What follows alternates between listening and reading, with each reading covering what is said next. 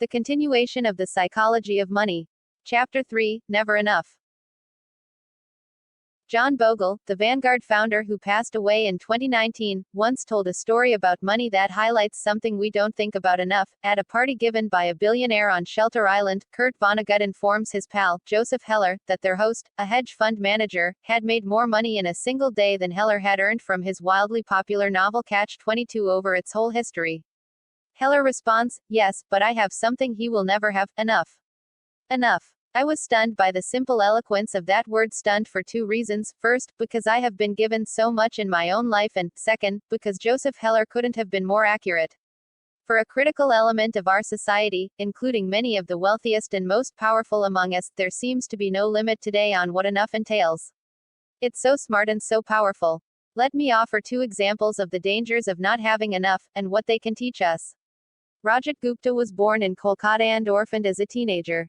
People talk about the privileged few who begin life on third base. Gupta couldn't even see the baseball stadium. What he went on to achieve from those beginnings was simply phenomenal. By his mid-40s, Gupta was CEO of McKinsey, the world's most prestigious consulting firm. He retired in 2007 to take on roles with the United Nations and the World Economic Forum. He partnered on philanthropic work with Bill Gates. He sat on the board of directors of 5 public companies. From the slums of Kolkata, Gupta had quite literally become one of the most successful businessmen alive. With his success came enormous wealth. By 2008, Gupta was reportedly worth $100 million.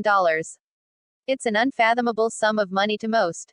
A 5% annual return on that much money generates almost $600 an hour, 24 hours a day. He could have done anything he wanted in life. And what he wanted, by all accounts, wasn't to be a mere centimillionaire. Rajat Gupta wanted to be a billionaire. And he wanted it badly. Gupta sat on the board of directors of Goldman Sachs, which surrounded him with some of the wealthiest investors in the world. One investor, citing the paydays of private equity tycoons, described Gupta like this: "I think he wants to be in that circle. That's a billionaire circle, right? Goldman is like the hundreds of millions circle, right? Right." So Gupta found a lucrative side hustle. In 2008, as Goldman Sachs stared at the wrath of the financial crisis, Warren Buffett planned to invest $5 billion into the bank to help it survive. As a Goldman board member, Gupta learned of this transaction before the public. It was valuable information. Goldman's survival was in doubt, and Buffett's backing would surely send its stock soaring. 16 seconds after learning of the pending deal, Gupta, who was dialed into the Goldman board meeting, hung up the phone and called a hedge fund manager named Rajaratnam. The call wasn't recorded. Rajaratnam immediately bought 175,000 shares of Goldman Sachs, so you can guess what was discussed. The Buffett-Goldman deal was announced to the public hours later. Goldman stock surged. Rajaratnam made a quick $1 million. That was just one example of an alleged trend. The SEC claims Gupta's insider tips led to $7 million in profits. It was easy money. And, for prosecutors, it was an even easier case. Gupta and Rajaratnam both went to prison for insider trading, their careers and reputations irrevocably ruined. Now consider Bernie Madoff. His crime is well known. Madoff is the most notorious Ponzi schemer since Charles Ponzi himself. Madoff swindled investors for 2 decades before his crime was revealed, ironically just weeks after Gupta's endeavor. What's overlooked is that Madoff, like Gupta, was more than a fraudster.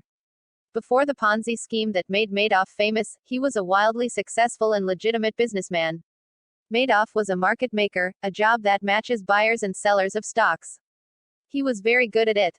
Here's how the Wall Street Journal described Madoff's market-making firm in 1992. He has built a highly profitable securities firm, Bernard L. Madoff Investment Securities, which siphons a huge volume of stock trades away from the big board.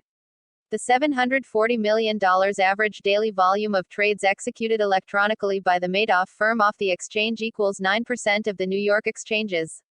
Mr. Madoff's firm can execute trades so quickly and cheaply that it actually pays other brokerage firms a penny a share to execute their customers' orders, profiting from the spread between the bid and ask prices that most stocks trade for.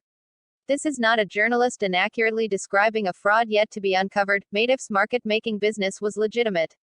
A former staffer said the market-making arm of Madoff's business made between $25 million and $50 million per year. Bernie Madoff's legitimate, non-fraudulent business was by any measure a huge success. It made him highly and legitimately wealthy. And yet, the fraud. The question we should ask of both Gupta and Madoff: why someone worth hundreds of millions of dollars would be desperate for more money than they risked everything in pursuit is of even more crime. Those living on the edge of survival is one thing. A Nigerian scam artist once told the New York Times that he felt guilty for hurting others, but poverty will not make you feel the pain. What Gupta and Madoff did is something different. They already had everything: unimaginable wealth, prestige, power, freedom. And they threw it all away because they wanted more. They had no sense of enough. They are extreme examples. But there are non-criminal versions of this behavior. The hedge fund long-term capital management was staffed with traders personally worth tens and hundreds of millions of dollars each, with most of their wealth invested in their own funds. Then they took so much risk in the quest for more than they managed to lose everything in 1998, in the middle of the greatest bull market and strongest economy in history. Warren Buffett later put it: to make money they didn't have and didn't need, they risked what they did have and did need. And that's foolish. It is just plain foolish. If you risk something that is important to you for something that is unimportant to you, it just does not make any sense. There is no reason to risk what you have and need for what you don't have and don't need. It's one of those things that are as obvious as it is overlooked. Few of us will ever have to million, as Gupta or Madoff did, but a measurable percentage of those reading this book will, at some point in their life, earn a salary or have a sum of money sufficient to cover every reasonable thing they need and a lot of what they want. If you're one of them, remember a few things. 1. The hardest financial skill is getting the goalpost to stop moving. But it's one of the most important. If expectations rise with results, there is no logic in striving for more because you'll feel the same after putting in the extra effort. It gets dangerous when the taste of having more money, more power, more prestige increases ambition faster than satisfaction. In that, one step forward pushes the goalpost 2 steps ahead, feel as if you're falling behind, and the only way to catch up is to take greater and greater amounts of risk. Modern capitalism is a pro at two things: generating wealth and generating envy. Perhaps they go hand in hand. Wanting to surpass your peers can be the fuel of hard work. But life isn't any fun without a sense of enough. Happiness, as it's said, is just results minus expectations. 2. Social comparison is the problem here. Consider a rookie baseball player who earns $500,000 a year. He is, by any definition, is rich. But say he plays on the same team as Mike Trout, who has a 12-year, $430 million contract. By comparison, the rookie is broke. But then think about Mike Trout. $36 million per year is an insane amount of money.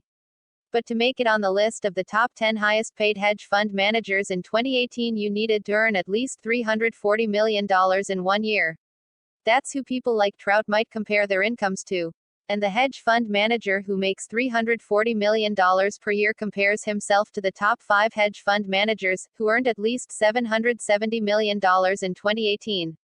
Those top managers can look ahead to people like Warren Buffett, whose personal fortune increased by $3.5 billion in 2012, and someone like Buffett could look ahead to Jeff Bezos, whose net worth increased by $24 billion in 2018, a sum that equates to more per hour than the rich baseball player made in a full year.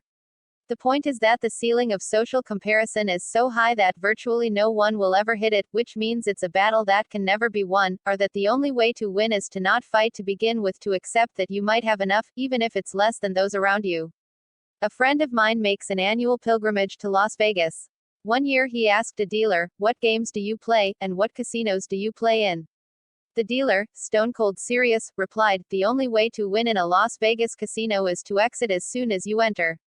That's exactly how the game of trying to keep up with other people's wealth works, too. 3. Enough is not too little. The idea of having enough might look like conservatism, leaving opportunity and potential on the table. I don't think that's right. Enough is realizing that the opposite, an insatiable appetite for more, will pushes you to the point of regret. The only way to know how much food you can eat is to eat until you're sick. Few try this because vomiting hurts more than any meal is good. For some reason, on the same logic doesn't translate to business and investing, and many will only stop reaching for more when they break and are forced to. This can be as innocent as burning out at work or a risky investment allocation you can't maintain. On the other end, there are Rajat Guptas and Bernie Madoffs in the world, who resort to stealing because every dollar is worth reaching for regardless of the consequence. Whatever it is, the inability to deny a potential dollar will eventually catch up to you. 4. There are many things never worth risking, no matter the potential gain. After he was released from prison, Rajat Gupta told the New York Times he had learned a lesson: don't get too attached to anything, your reputation, your accomplishments, or any of it. I think about it now, what does it matter? Okay, this thing unjustly destroyed my reputation. That's only troubling if I am so attached to my reputation. This seems like the worst possible takeaway from his experience, and what I imagine as the comforting self-justifications of a man who desperately wants his reputation back but knows it's gone. Reputation is invaluable. Freedom and independence are invaluable. Family and friends are invaluable. Being loved by those who you want to love you is invaluable. Happiness is invaluable. And your best shot at keeping these things is knowing when it's time to stop taking risks that might harm them. Knowing when you have enough. The good news is that the most powerful tool for building enough is remarkably simple, and doesn't require taking risks that could damage any of these things. That's the next chapter.